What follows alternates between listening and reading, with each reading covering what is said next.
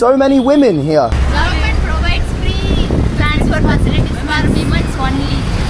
Everywhere in Tamil Nadu, government buses are free for women. Why do they give free travel for women? Women empowerment. Encourage the women financially independent. 2021 தேர்தலுக்கு முன்னாடி விடியல் பயண திட்டம் குறித்த வாக்குறுதியை தேர்தல் அறிக்கையில சொன்னோம். உடனே நமக்கு எதிரானவங்க என்ன சொன்னாங்க?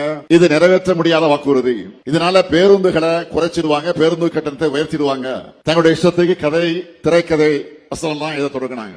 ஆனா கடந்த அதிமுக ஆட்சியில தமிழ்நாட்டோட நிதி நிலைமையை பாடுபடுத்தினதையும் மீறி சொன்ன மாதிரி ஆட்சி பொறுப்பேற்ற அன்றைக்கு விடியல் பயணம் திட்டத்துக்கு கையெழுத்து போட்ட கைதான் முத்துவேல் கருணாநிதி ஸ்டாலினுடைய கை.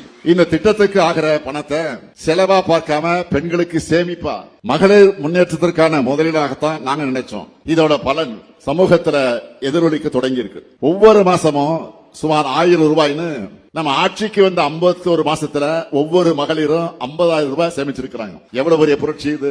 யாராலும் மாற்ற முடியாத, மறுக்க முடியாத சாதனை இது. அதனாலதான் இப்ப செய்திகள்ல பார்த்திருப்பீங்க, இந்த விடியல் பயண திட்டத்தை கர்நாடக மாநிலத்திலே, ஆந்திர மாநிலத்திலே நடைமுறைப்படுத்திட்டு இருக்காங்க. இப்போ அதனாலதான் சொல்றோம், நாட்டோட அத்தனை வளர்ச்சி திட்டங்களுக்கும் தமிழ்நாடு தான் முன்னோடி.